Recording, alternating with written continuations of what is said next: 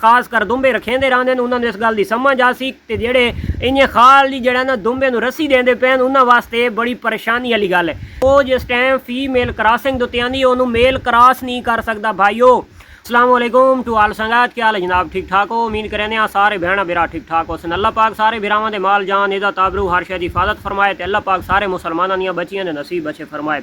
अच्छा जनाब, अजकल बड़ा एक जोरो शोर दे नाल है दुंबा फार्मिंग। दुंबा फार्मिंग दे विच जी अगवानी जा रहे हैं तो जल्दी जल्दी जनाब परचेज कर गिना जानवर ते दुंबा फार्मिंग कर गिना और सस्ते जानवर मार गिना। काफ़ी सारिया वीडियो तला गंग मंडी दे विच ये रेट हो गए 70-70 हज़ार की लाट ते 60-60 हज़ार रुपए की लाट ते जी बहुत सस्ता जानवर हो गए। इसे हाल दे विच साडे काफ़ी सारे लोग बड़ा भाज नास कीती है। और जेड़े बंदे मेरे उत्ते पूरा फार्म सेल किया उस नूं भी यह वीडियो देख के उस भी दुंबे परचेज करने हुण असल मैं हकीकत दसैना और इन्हां दे विच जेड़ी क्वालिटी पाई वैंदी है जेड़ी मैनू नॉलेज है तो मैं अपने दोस्तों नाल वो भी शेयर करना पिया कर देना। चलो जेड़े दोस्त अगर उस फार्मिंग वाले पासे वहदे पैन तो खुदारा इन्हां जानवरों तो बचना है। ऐसा जानवर परचेज नहीं करना, ऐसा जानवर तो आदे वास्ते फार्मिंग नहीं मुसीबत बन जाएगा। ठीक है, थोड़े दिनों बाद तुम बहुत बड़ा पछतावा तुहानू होना है तो तुम पछतावना है, वो भी मैं दस देना। उस तो इलावा थोड़ा जिहा जेड़ा पहले पोस्टमार्टम है वो भी कर देना। साडे पाकिस्तान दे ऐसा गद्दार को नहीं पिया।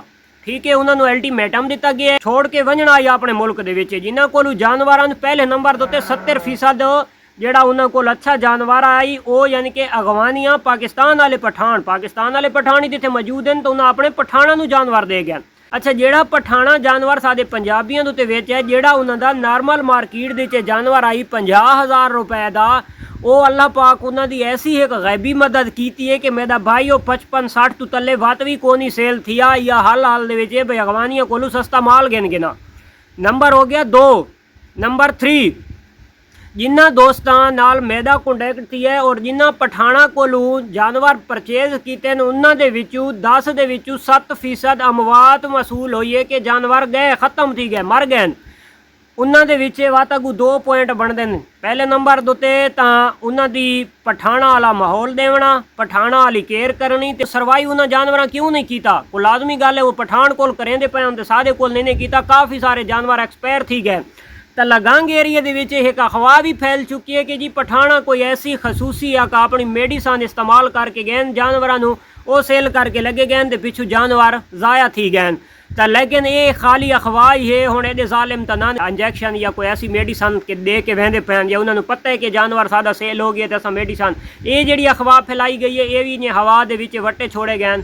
ठीक है, एक बंदा जो पहले दवाई दे के वहदा पे अगे वन के जानवर सेल नहीं थिया तो वह तो उन्होंने किंज रखे सी। तो ये एक गल है लेकिन उन्होंने कोई प्रॉब्लम जरूर आई है। सर्वाइव अच्छा नहीं किया, पठाना वाला माहौल नहीं दिता गया जो भी है, लेकिन काफ़ी सारे जानवर सारे पंजाबी लोगों को खत्म हो गए, उन्होंने सर्वाइव नहीं किया।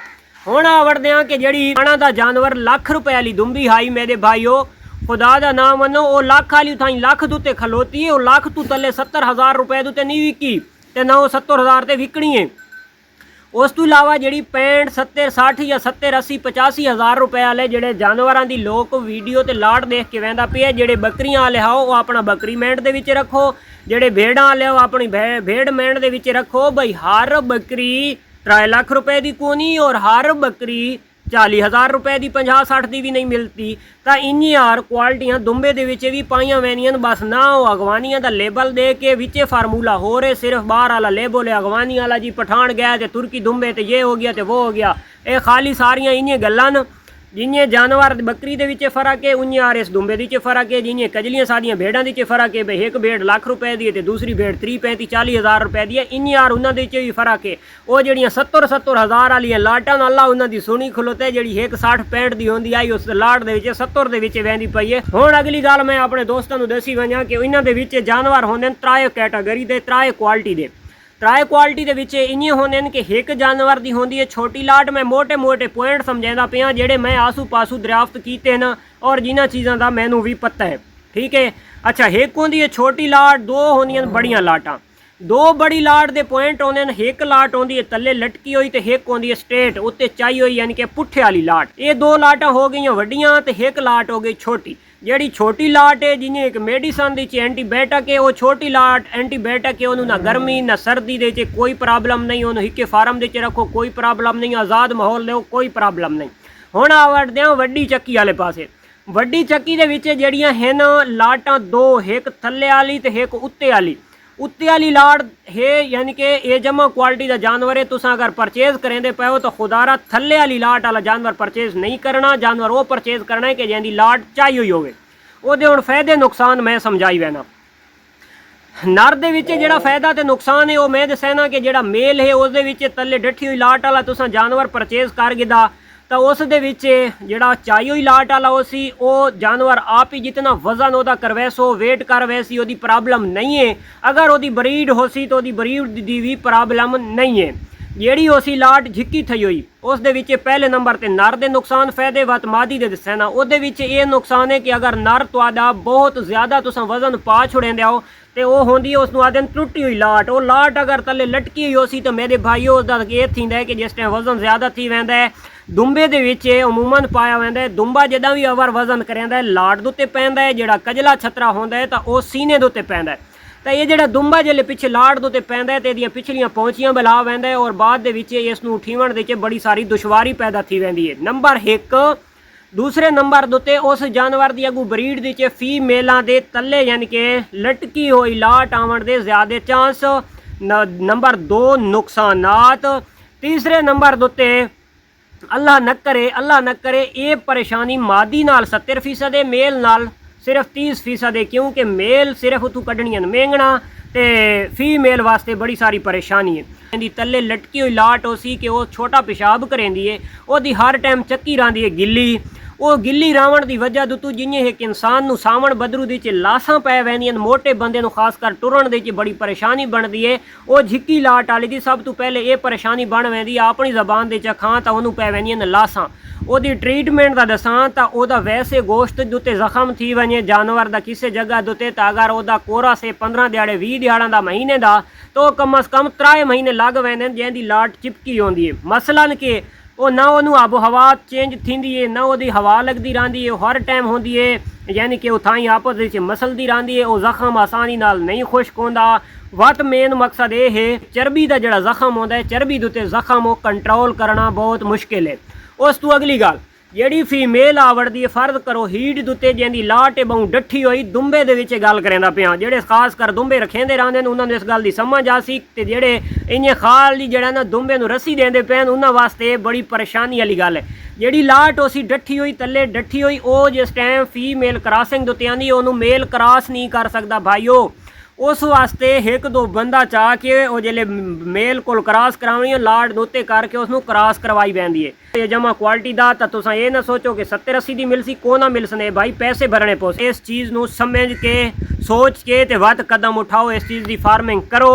मैं ना दा मैं भेड़ नू सपोर्ट करन वाला और अलहमदुलिल्लाह करेंदा रासा भेड़ नू सपोर्ट। लेकिन जड़ियाँ खूबियाँ खामियाँ हो सन मैं इंशाअल्लाह वो अपने दोस्तों के नाल शेयर करेंदा रासा। जिहड़ी चीज़ होंदी है सदका जारिया समझ के उसनू ओरिजिनल अगला दोस्तों तक पहुँचाया वने सके भाई इस ब्रीड दे विच ये नुकसान है इस क्वालिटी वाले दे ये फ़ायदा है इस दे विच ये फ़ायदा है। खुदारा त्राए नस्लन जिहड़ी छोटी लाट है मेल फीमेल दी कोई परेशानी को नहीं ज़बरदस्त है।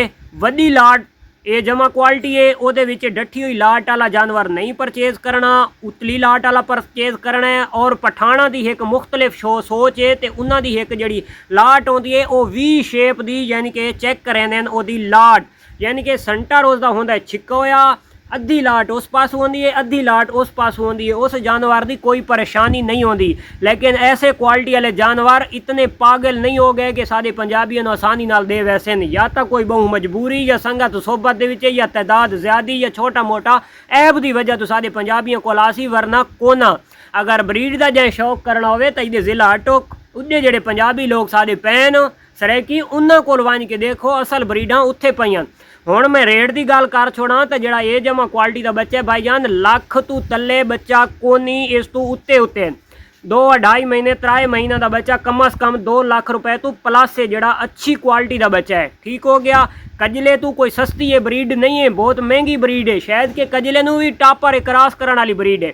लेकिन गल करने का मकसद है कि 70 ते 60 हज़ार रुपए वाले जोड़े जानवर हैं उन्होंने क्वालिटी आगाह की वने कि एक कजली है तो देसी कजली है लोही है तो लोही है लोही दे विच क्वालिटियां लोही लाख रुपए की भी है तो लोही 30-40 हज़ार 50 हज़ार रुपए की भी है। तो यार कोई फर्क तो करो ना कोई उठ घोड़े की पहचान तो थी वे बंदा नू भाई ये शे अच्छी है, ये शे नॉर्मल है, ये शे नॉर्मल है। ਜਿਹੜੀ ਸੈਂਟਰ ਦੇ ਵਿੱਚ ਨਾਰਮਲ ਹੈ, ਅੱਛੀ ਤੋਂ ਤੱਲੇ ਹੈ, ਉਹਦੇ ਤੇ ਅੱਛਾ ਬਰੀਡਰ ਪਾਓ ਤੇ ਉਹਦੇ ਵਿੱਚ ਪ੍ਰੋਡਕਟ ਅੱਛੀ ਬਣ ਸਕਦੀ ਹੈ, ਕਿਉਂਕਿ ਬਰੀਡ ਮੇਲ ਦੇ ਉੱਤੇ ਆਵਣੀ ਹੈ।